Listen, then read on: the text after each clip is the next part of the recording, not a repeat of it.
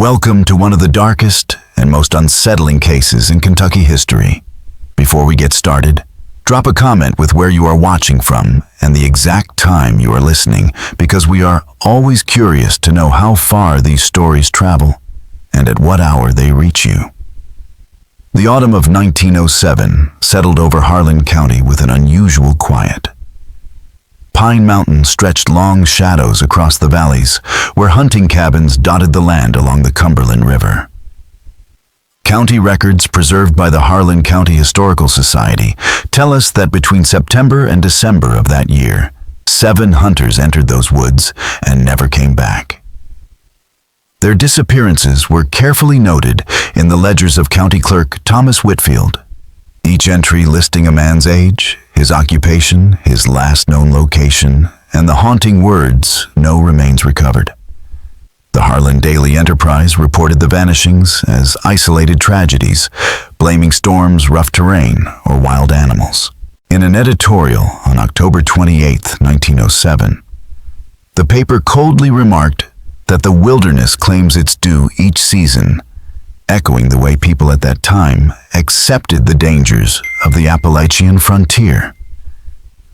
But years later, evidence surfaced that suggested something far more sinister had taken place.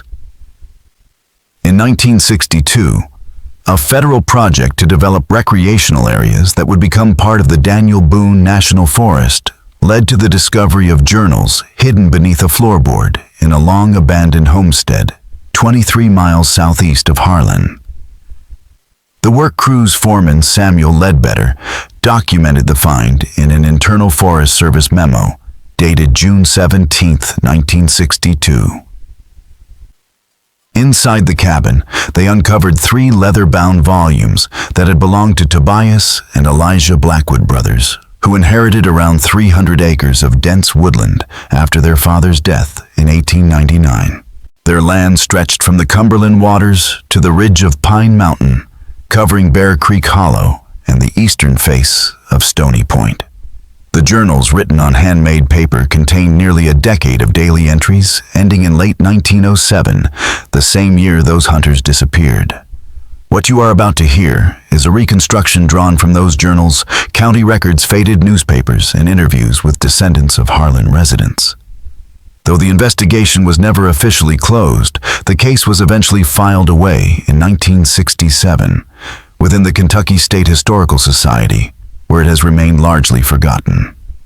The Blackwood brothers themselves were remembered in neighboring McCreary County as secretive trappers who traded furs in Whitley City, a rough logging outpost founded in 1868. At that time, the town was nothing more than a general store, a small church, and a few wooden homes along a muddy road. Trading post ledgers kept by storekeeper Harold Jenkins between 1903 and 1906 show the Blackwoods appearing roughly every 3 months to exchange animal pelts for supplies. A quiet but steady reminder of their presence in the wilderness where so many men vanished. Jenkins's record books, donated to the McCreary County Historical Society by his granddaughter in 1948, reveal the supplies the Blackwood brothers typically purchased. Salt, coffee beans, ammunition, and the occasional tool made up most of their trade. Only rarely did Elijah allow himself the luxury of tobacco. The ledgers show that the brothers spoke little, conducted their exchanges quickly, and always returned to their property before other customers arrived. One entry dated March 12, 1905, reads that the Blackwoods came at dawn, trading 7 fox pelts, 3 beaver, and a remarkable bearskin. In return, they acquired their usual staples, plus a steel trap and a whetstone, paying the balance in silver coins minted decades earlier. Harold Jenkins later wrote in his private diary that the men carried themselves with such a cold stillness that other patrons instinctively stepped aside. An entry from November 1904 describes Tobias Blackwood, the elder brother, as a towering 6.5 feet tall, with shoulders like an ox, and hands scarred from years in the wilderness, yet counting coins with the precision of a banker. His younger brother, smaller, but no less unsettling, would always position himself near the door, scanning the street as though anticipating danger that never came. Jenkins noted that the pair moved through his store like wolves, among sheep, leaving him uneasy, even though nothing was ever stolen.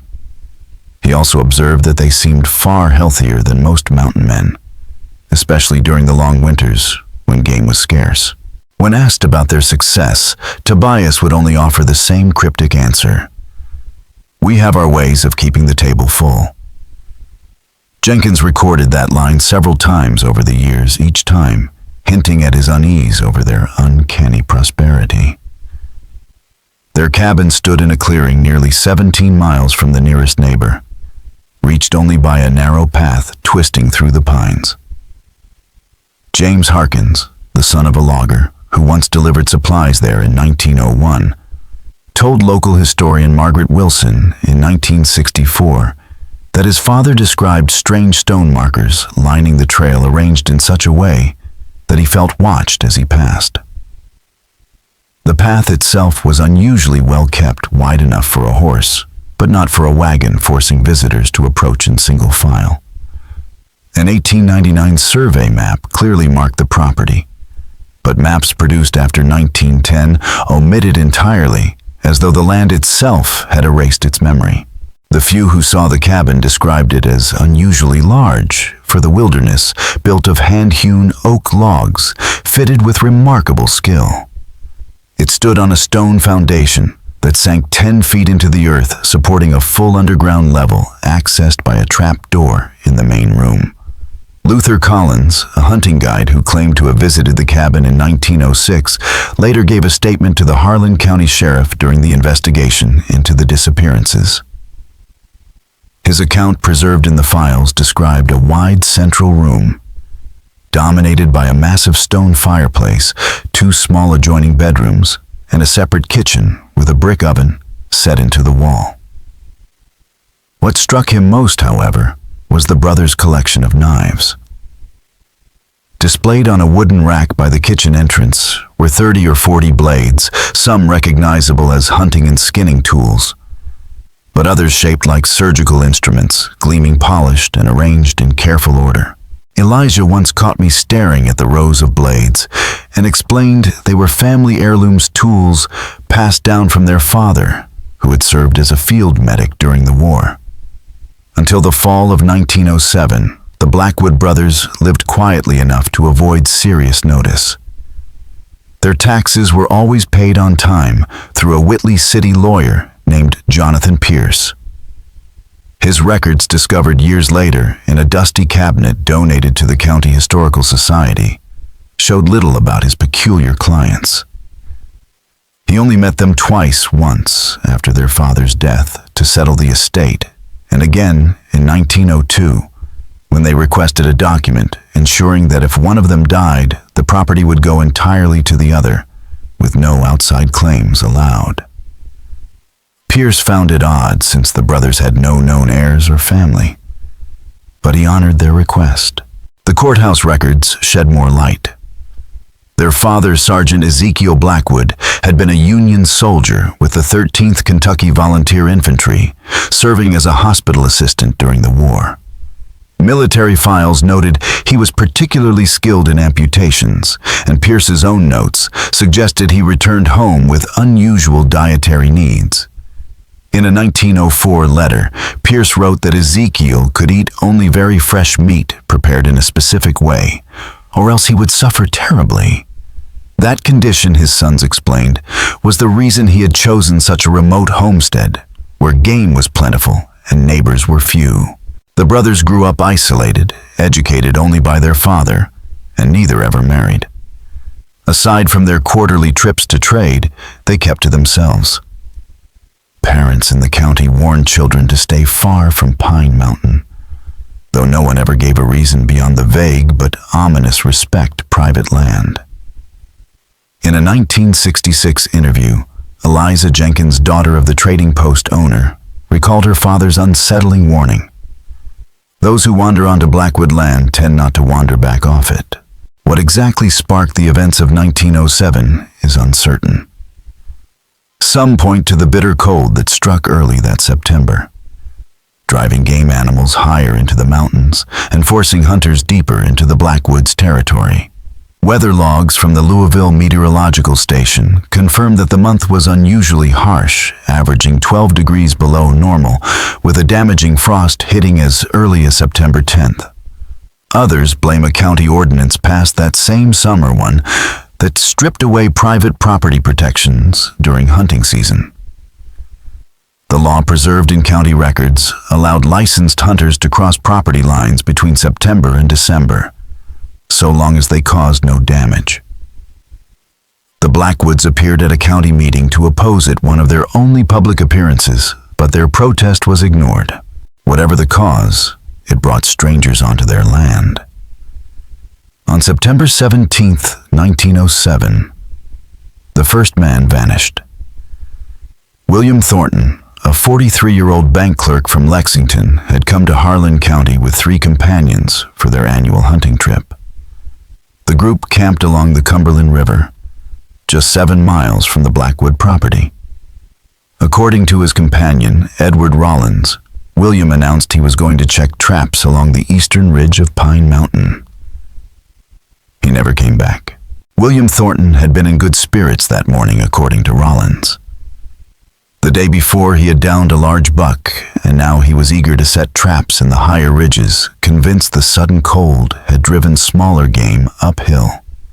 At about 8:30 a.m., he left camp with his Winchester rifle, a skinning knife, and a small pack with food and water. When he failed to return by sundown, his companions grew uneasy. Sheriff Daniels' report, dated September 20th, 1907, recounts that the men waited until nightfall before searching. They eventually discovered Thornton's rifle propped neatly against a tree 4 miles from camp, alongside a canteen, half filled with water and a blood-stained handkerchief. The placement of the weapon suggested it hadn't been dropped in haste but set aside intentionally. No further trace of Thornton was ever found. That same evening, a storm rolled over the mountains, wiping clean whatever tracks or signs might have been left. Daniel's 2 deputies and a band of volunteers scoured the terrain for 3 days, turning up nothing. On September 23rd, the search was called off. Daniels' report closed with a line meant to settle the matter. Thornton's disappearance, while tragic, is consistent with the dangers inherent to hunting in remote areas. His companions returned to Lexington, where Thornton's grieving wife commissioned a headstone in Lexington Cemetery, though there was never a body to bury beneath it. A month later, on October 23rd, another pair of hunters vanished. James and Robert Caldwell brothers from Cincinnati had come south for the season's white-tailed deer. At 28 and 31, they were experienced woodsmen who checked into a boarding house in Cumberland on October 20th, run by a widow named Edith Simmons. They told her they planned to hunt near the Tennessee line in the southern reaches of Harlan County. In a statement to Sheriff Daniels, Mrs. Simmons recalled the men saying they had found promising sign along a creek that fed into the Cumberland, up where the mountains get steep. Though she didn't realize it, she was describing the fringes of the Blackwood land. When the Caldwells failed to return, concern turned to alarm as their horses came back to the stable riderless 2 days later. The animals were still saddled, visibly nervous, but uninjured. Joseph Miller, the stable hand, noted the brothers' saddlebags were stuffed with oilcloth-wrapped cuts of meat, an unusually large amount. Assuming it was venison, Mrs. Simmons prepared it for her boarders. It was eaten before anyone realized the Caldwells were gone for good. By the time the alarm was raised, not only were the men missing, but whatever they had carried back from the mountains had been consumed. When investigators later questioned Mrs. Simmons about the meat the Caldwell brothers had brought back, she insisted there was nothing unusual about it. She remembered only that it was tender, almost delicate, as though from a younger animal. One boarder, a Mr. Douglas from Virginia, had even remarked it was the sweetest venison he had ever eaten, asking where the brothers had hunted so he could try his luck in the same hills. Mrs. Simmons could not recall if she ever told him. Sheriff Daniels launched another search once the brothers were reported missing, scouring the southern ridges where they had said they would hunt. After 5 days, the only clue turned up was a spent rifle cartridge impossible to match to either man's weapon. The Cincinnati Enquirer carried a short article on November 2, 1907, dismissing the men as likely lost to the hazards of Kentucky's unforgiving wilderness. Their parents made the trip south in mid-November, but returned home empty-handed. Robert Caldwell's young wife, pregnant at the time, would give birth to a son in February 1908, who would never know his father. In March, she wrote Sheriff Daniels a desperate letter begging for any word. If he ever replied, it is lost to history. The next disappearance came swiftly. On November 3rd, a German immigrant named Frederick Schmidt arrived in Harlan County. A butcher by trade and an avid hunter, Schmidt signed the register at the Railroad Hotel, noting his plan to hunt for several days before returning to Louisville. He never checked back in. By November 15th, when he failed to report for work, his employer alerted authorities. Nearly 2 weeks had passed, the first snows had set in, and the search that followed was half-hearted at best. Schmidt's distinctive German-made rifle engraved with his name was never recovered. The fourth and fifth vanishings struck closer to home. On November 26th, Thomas Howard, a coal miner, and his brother-in-law Peter Jenkins, a carpenter, left Cumberland for a short 2-day trip into the high country. The two men had lived in Harlan County their entire lives, knew the ridges well, and had hunted these hills since boyhood. When they failed to return on the 28th, their wives' sisters immediately raised the alarm. A search party of miners and neighbors swept the ridges, but the only sign was the men's abandoned campsite. The fire had been doused, their cooking pans were left behind, and a rabbit carcass lay half-skinned and already spoiling. Their rifles were gone, suggesting they had walked away armed, but there was no sign of where they went. Then, on December 12th, the mountains claimed yet another. Reverend Isaiah Thornfield, a traveling preacher from Tennessee, had spent months holding revival meetings across the county. According to his young assistant, Timothy Greer, the Reverend felt called to bring the Word of God to even the most isolated families in the backwoods. Thornfield left on horseback that morning, carrying only a Bible and a small satchel. 3 days later, his horse wandered back to town without him. In its saddlebags lay the preacher's Bible untouched, but his other belongings were missing. Greer rallied members of the congregation to search, but like all the hunts before, it ended with nothing. 6 men were now gone, swallowed by the mountains in less than 3 months.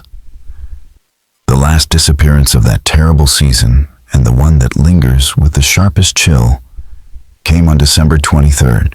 Mary Caldwell's sister to the 2 missing brothers from Cincinnati arrived in Harlan County, unwilling to accept silence as an answer. Ignoring warnings about the dangerous winter weather, she hired a local guide, Jeremiah Stone, to take her into the mountains where her brothers had last been seen. Stone later told authorities that they set out that morning following the same general route Mrs. Simmons had described weeks earlier. When they reached the foothills of Pine Mountain, Mary insisted on pressing ahead alone to a ridge she believed would offer a clearer view. Stone said he argued, but she was determined, and so he waited with the horses. Half an hour passed before he grew uneasy. He followed her trail up the ridge, but found nothing. No footprints, no broken branches, no sign she had ever gone that way. As the daylight faded, he returned to Cumberland for help. A search party formed on Christmas Eve, but a blizzard swept in, burying the mountain in feet of snow and erasing whatever trace Mary Caldwell might have left behind. She was never seen again. By then, 7 lives had vanished into the winter woods in just over 3 months, an unprecedented number that should have prompted swift and serious investigation. But the disappearances were scattered, some locals, some visitors from far-off cities, and the sheriff's attention was divided. Daniels's records show he was contending with violent coal strikes that drained manpower and focus. Harsh weather and treacherous terrain further limited the reach of any search. To the wider world, the story never gained momentum. The Harlan Daily Enterprise ran an editorial on January 8, 1908, noting the unusual number of lost hunters, but blaming it on poor conditions and inexperienced outsiders. Its solution was not an inquiry into foul play, but a call for tighter restrictions on out-of-state hunting licenses. Years passed and memory dulled. The Blackwood land remained untouched, taxes unpaid, after the brothers themselves ceased appearing at the trading post. The county reclaimed the property in 1932, the official records describing it as abandoned and without structures of value, as though the heavy cabin and its deep foundation had simply been swallowed by the forest. The last trace of the brothers comes from Harold Jenkins's diary. On December 26, 1907, just 3 days after Mary Caldwell disappeared, Elijah Blackwood arrived at his store in Whitley City. Jenkins described him as haggard, distracted, his clothing stained, his manner restless in a way he had never seen before. Elijah carried with him a larger haul of meat and pelts than ever before, and he bought supplies that suggested long travel. Preserved food, ammunition, a new knife, and a heavy coat. When Jenkins asked about Tobias, Elijah answered only, "My brother remains at home tending to private matters." Then he left, heading west instead of north toward his land. That was the last time anyone saw Blackwood alive. For decades, the property lay forgotten until 1962, when the U.S. Forest Service surveyed Pine Mountain for a fire tower. Their work would uncover what the snowstorms and silence of 1907 had hidden for so long. When the Forest Service began clearing ground for the new fire tower in 1962, workers unearthed the charred remains of a cabin.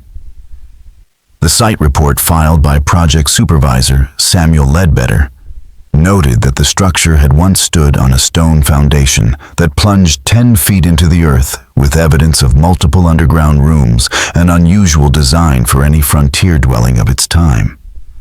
Amid the blackened timbers, the crew recovered a scorched metal box. Inside were 3 leather-bound journals, singed but still legible. The find was quickly judged to be of historical, not criminal significance.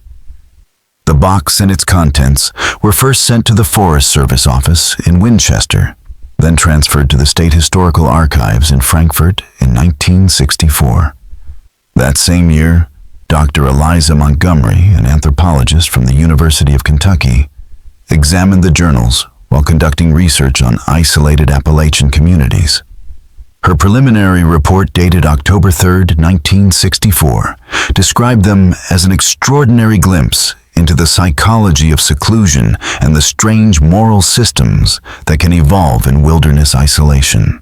2 distinct hands appeared throughout the volumes, presumed to be those of Tobias and Elijah Blackwood. The earliest entries, from 1899 through early 1907, chronicled hunting successes, weather, property upkeep, and reflections that Montgomery found surprisingly articulate, given the brothers' presumed lack of formal education. But beginning in March 1907, a shift occurred, subtle at first, then unmistakably dark.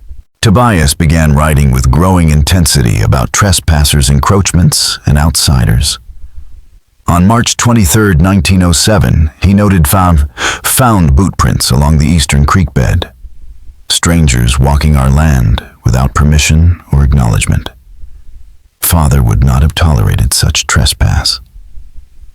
Over the following months, his tone hardened. By August, he was writing of setting deterrents at the property line, though he never described what form those deterrents took. Elijah's entries revealed growing unease. On August 17th, he recorded Tobias rarely sleeps now. He spends nights walking the perimeter. He speaks often of Father's lessons and our duty to the land. I fear the isolation has begun to wear on his mind. He refuses even our customary trading journey this month. Then came the entries that chilled Montgomery to the core. Mixed among daily observations were recipes not for venison or bear, but for what Tobias described as two-legged game. On September 18, 1907, the day after William Thornton vanished, Tobias wrote "Unexpected bounty yesterday. Trespasser carried identification from a Lexington banking establishment. Elijah processed the meat while I disposed of the remainder as Father taught us. The liver was exceptionally tender when prepared with wild onions and salt. We will preserve the rest using Father's smoking method for the leaner cuts." From then on, the journals became a ledger of both disappearance and consumption. On October 25th, after the Caldwell brothers vanished, Tobias wrote, "The older one provided better marbling in the flank portions. Elijah objects to my terminology, but Father always said that proper nomenclature ensures proper preparation. We are not savages. We are custodians of ancient knowledge." Elijah's hand grew increasingly frantic. On November 3rd, the day Frederick Schmidt was last seen, he wrote, "Tobias claims we are merely protecting what is ours as Father would have wanted." But Father's hunger was born of necessity in wartime, not the eagerness Tobias now displays. He speaks of setting lures rather than defending our boundaries. I fear this will not end as he believes. By December of 1907, the Blackwood journals revealed a growing fracture between the brothers. Elijah's entries turned restless and fearful. On December 14th, in his careful hand, he wrote, "Confronted Tobias about the preacher." There was no threat there. The man merely sought to bring his God to our door. Tobias said, "All trespassers are the same. Intention matters not when the result is violation of our sanctuary."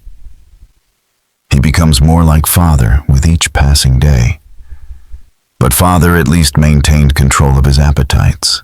Dr. Montgomery's research into the journals ended abruptly, less than a year after she began. In November 1964, she withdrew her paper from publication, took an immediate sabbatical, and relocated to Oregon. She never returned to the subject. By early 1965, the journals themselves had been locked away in restricted storage after a quiet review by the State Attorney General. A memo attached to the file dismissed the matter as of historical interest, only noting the absence of recoverable remains and the passage of more than half a century. Yet whispers of the Blackwoods did not fade. In 1966, folklore collector Martin Ridley traveled through Harlan County gathering oral histories. Among those he interviewed was 87-year-old Abigail Jenkins, daughter of Harold Jenkins, the Whitley City trader who had known the brothers. Her testimony, preserved in the Library of Congress, cast a chilling light on that final winter. "My father rarely spoke of the Blackwoods," she told Ridley. But near the end of his life, he shared things he had kept secret for decades. She recalled her father describing Elijah's last visit to the trading post in December 1907. His hands shook so badly he could hardly count his coins. His clothes were stained dark, and he reeked of smoke and something her father compared to a slaughterhouse. He carried more meat than ever before, though it was wrapped differently than usual. Elijah claimed it was venison and wild boar. Father said Elijah kept glancing over his shoulder as if he expected someone to come in after him, Abigail recounted. When asked about Tobias, Elijah grew agitated. Her father remembered his words exactly. "Tobias has developed a taste that cannot be satisfied with animal flesh alone. I fear he is changing into something Father always warned about." Elijah paid with gold coins rather than the silver he and his brother had always used. When Jenkins questioned it, Elijah explained the coins had been taken from a trespasser's pockets. Before leaving, he issued a warning. "If Tobias comes looking, you never saw me. For your own safety, remember that." Elijah never returned. In the spring that followed, odd traces surfaced in Knoxville. A pocket watch matching William Thornton's was seen in a pawn shop. A hunting knife known to belong to one of the Caldwell brothers was spotted in a general store. Authorities dismissed the finds as coincidence, attributing them to scavengers or thieves who had stumbled across abandoned camps. No link to the Blackwoods was ever proven, but Abigail Jenkins's interview ended with the detail that haunted her father to his grave. He admitted that during Elijah's last visit, he sampled some of the meat Elijah had brought. Father said he had never been so sick in his life, she told Ridley. He couldn't keep food down for nearly a week. He said it felt as though his body was rejecting something deeply wrong. On his deathbed, Harold Jenkins finally told his daughter what he had long feared. "Abigail," he whispered, "I've carried this knowledge like a stone in my gut for years. That wasn't any deer or boar Elijah brought in that day. I've been a hunter all my life. I know the taste of every animal in these mountains. What I tasted was something else entirely. May God forgive me for it." When Ridley asked Abigail if her father had ever reported his suspicions, she answered simply, "Who would believe such a thing?" By the time he was certain, the brothers had long since vanished into the folds of the mountain. The physical traces of what happened in 1907 were nearly all erased. The Blackwood cabin had burned to the ground, and evidence from the site suggested it was no accident. The Forest Service's 1962 excavation report noted the fire burned at an abnormally high temperature consistent with accelerants and showed multiple points of origin findings that ruled out natural causes like lightning or a chimney spark. But with more than 50 years gone, officials deemed it a matter of historical curiosity, not criminal investigation. In 1967, as construction crews prepared the foundation for a fire tower half a mile from the old cabin site, they unearthed a series of stone-lined pits. Each was 6 feet deep, 8 feet across, carefully built, with fitted stones and sealed with collapsed wooden lids. Initially dismissed as old root cellars, the discovery halted when bone fragments were uncovered among the rubble. Dr. Walter Richardson, a forensic anthropologist brought in by the Forest Service, examined the remains briefly. His official report described them as non-human likely deer or boar, and attributed the cut marks to ordinary butchering practices of the region. Construction resumed, and the pits were quietly filled. But years later, Richardson's original field notes surfaced through a Freedom of Information Act request by journalist Thomas Carter. In those notes, Richardson admitted that some of the larger fragments bore precision cuts, inconsistent with game butchery. The angles suggested a knowledge of anatomy beyond that of a typical hunter or trapper. Without full specimens, he couldn't make a definitive call. But he left the chilling possibility that the fragments might have been human. The fire tower itself stood less than a decade. Officially, it was decommissioned after engineers cited persistent structural faults and equipment failures. But the reports from the rangers assigned there told another story. Many requested transfer, describing strange noises, a lingering odor of cooked meat, and an atmosphere they could not endure. One detailed account filed in August 1970 by Ranger David Coleman described an incident during an overnight shift. Around 2:15 a.m., Coleman awoke to the sound of multiple figures moving around the base of the tower. He called out, shined his light, but saw no one. The footsteps, steady and deliberate, continued for nearly 20 minutes. At dawn, he found footprints circling the tower completely, yet no tracks leading in or away. Coleman filed his report and demanded immediate reassignment. No investigation followed. The fire tower was dismantled in 1974, and the land surrounding the old Blackwood homestead was quietly designated a wildlife conservation zone with restricted access. Official files closed the book on the story. But the most compelling piece of evidence surfaced outside government records, in the hands of a private collector. In 1968, Herbert Simmons, a Civil War memorabilia enthusiast from Knoxville, purchased a trunk of old papers at an estate sale. Among the yellow documents, he found a water-stained letter dated January 3, 1908, written in fading ink and signed by Elijah Blackwood. Recognizing the infamous name, Simmons contacted Dr. Eliza Montgomery, who had by then resumed teaching at the University of Kentucky, but had abandoned her research into the Blackwoods. Montgomery authenticated the letter by comparing its handwriting to Elijah's known journal entries and concluded it was genuine. What the letter contained was not folklore, but confession. Dearest cousin, it began, though we have never met. I write to you as my last remaining blood relation, according to father's records.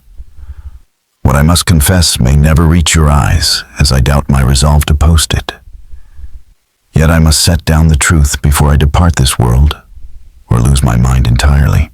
In its wavering script, Elijah revealed that his father, Ezekiel Blackwood, had not only served as a Union field medic during the Civil War, but had survived the winter of 1865 by consuming the flesh of dead soldiers. According to Elijah, Ezekiel came to believe that human flesh, particularly from those who lived clean lives and abstained from drink, contained properties that granted strength and longevity. Ezekiel had taught his sons to prepare this ultimate sustenance in ways he claimed preserved its essence, and to dispose of remains so nature would erase the evidence. Elijah admitted that after their father's death in 1899, he and Tobias swore to leave the practice behind.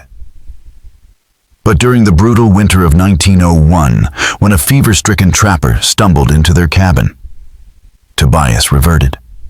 He justified killing the man as self-defense. But Elijah recalled the gleam in his brother's eyes as he butchered him, the same hunger that had consumed their father in his final years.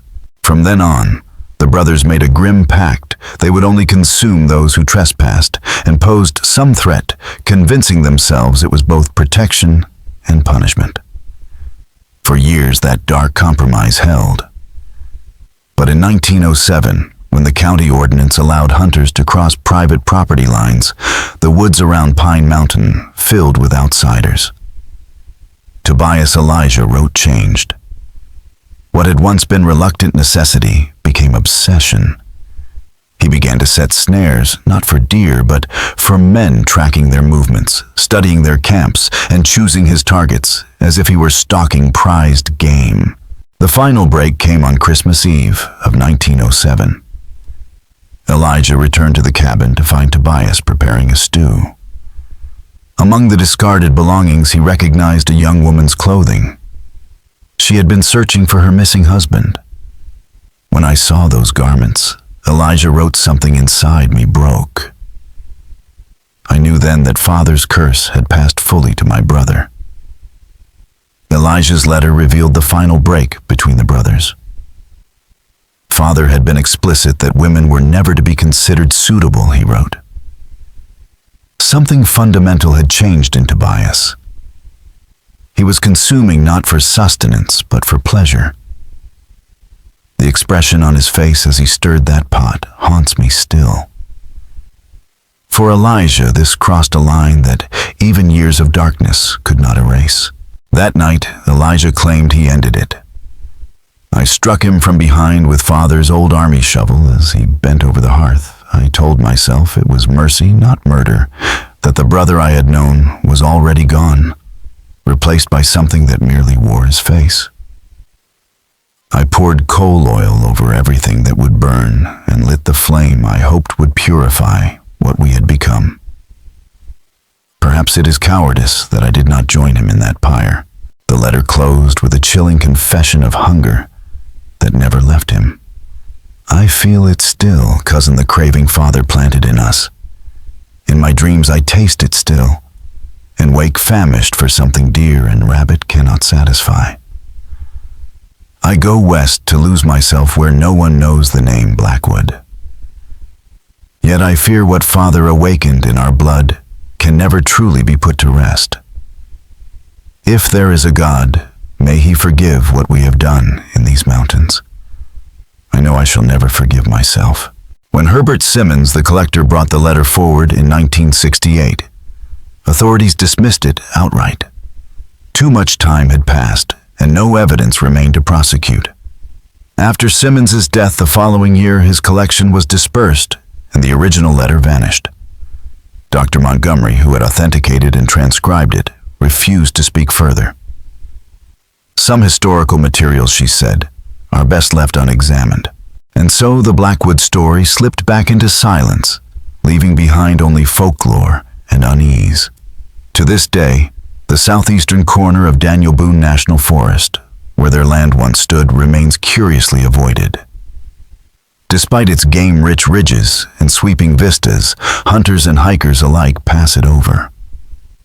A Forest Service analysis in 1978 noted it as one of the least visited areas of the entire Appalachian range. Local guides offer excuses: treacherous terrain, conservation zones, but their words often echo something deeper. Jeremiah Holbrook, a seasoned hunter, said it plain: "There are places in these mountains that don't welcome human presence." That's one of them. Animals know it too. You won't find deer or turkey in that hollow, no matter how good the foraging might be. The land stands empty, the cabin long gone, yet the silence of Pine Mountain holds its memory. And perhaps, as Elijah himself feared, some hungers are never truly put to rest. Park rangers interviewed for the 1978 assessment admitted to an unofficial policy discouraged visitors from setting foot in that hollow. "We don't put it in the guidelines," one ranger explained, "but new staff are quietly told to steer people elsewhere. Too many incidents, gear failing without cause, strange injuries, hikers losing their way even with compass and map." Another ranger, speaking anonymously, went further. "There's something not right about that place. Animals avoid it. Plants grow wrong, they're twisted, even though the soil and light are no different. We just tell people it's under rehabilitation. Official maps reflect that avoidance." The precise coordinates of the Blackwood cabin disappeared from topographical surveys after 1970. Instead of a detailed plot, there's a small blank patch explained away as a surveying error never corrected. Former Forest Service employees have suggested it was no error at all, but a deliberate omission. Those who probed too deeply into the Blackwood case often paid a price. Dr. Eliza Montgomery, who first analyzed the journals, abruptly left her promising academic track, retreating to a small teaching post in Oregon and refusing to speak of her research again. Journalist Thomas Carter, whose FOIA request exposed discrepancies in the official record, published only a single article in a regional magazine before abandoning the subject. When later contacted, he warned simply, "Some stories carry consequences for those who tell them." Folklorist Martin Ridley, who interviewed Abigail Jenkins, died suddenly of a heart attack within weeks of depositing his recordings, though he had no prior history of heart disease. Dr. Chet Richardson, the anthropologist who examined the bone fragments, requested reassignment to California shortly after submitting his findings. He never published in forensic anthropology again. Over the decades, the tale of the Blackwoods was thinned out in oral tradition. Around campfires, it became little more than a story of two reclusive hermits who may have harmed trespassers. The darker implications of cannibalism erased by silence or denial.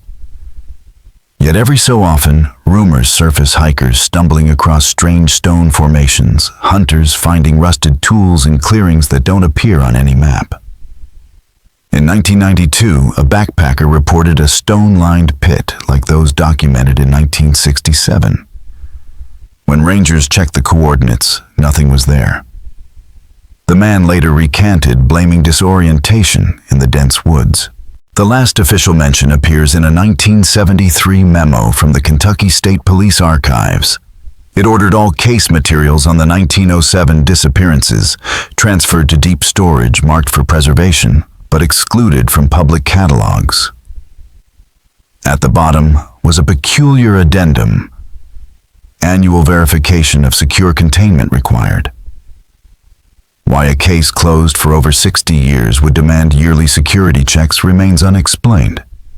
And in 2002, When a Freedom of Information Act request sought access to those same files, the petition was denied on the grounds of ongoing investigation. The story of the Blackwoods lies buried in that hollow half-fact, half-folklore, and wholly unresolved.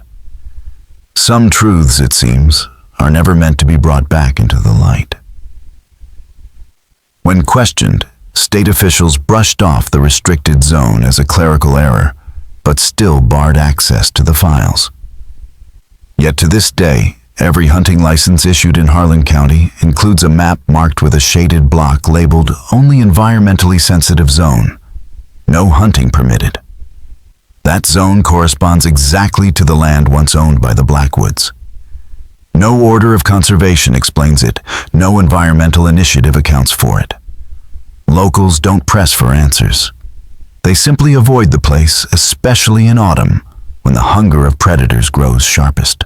In 1968, a journalist from the Louisville Courier-Journal tried to unravel the mystery by interviewing the few surviving witnesses. Most refused to speak, but one man in his 90s offered words that may best capture the lingering presence of the Blackwoods. The mountains remember what people try to forget. Those brothers weren't the first to develop unusual appetites in these hills, and I doubt they'll be the last. Some hungers don't die with the men who felt them. They sink into the soil, seep into the water, and wait for someone new to feed them. The journalist's article was never printed. His notes were later found in an abandoned car at the forest's edge.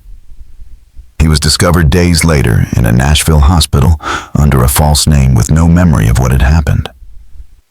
He left journalism soon afterward, telling later researchers only, "Some stories aren't meant to be told. Some appetites shouldn't be remembered.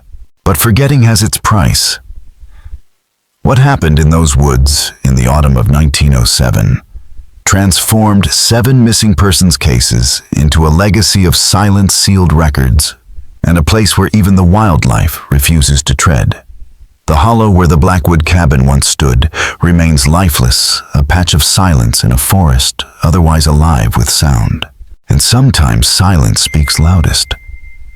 In recent decades, rangers have noted that fires erupt along the eastern ridge of Pine Mountain in late September or October, always within the boundaries of the old Blackwood land.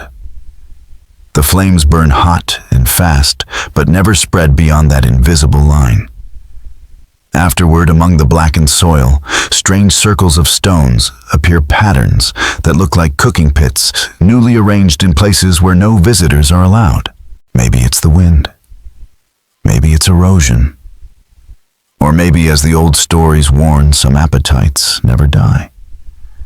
They smolder beneath the soil, waiting for hunting season, when strangers once again step into the woods of Harlan County, Kentucky.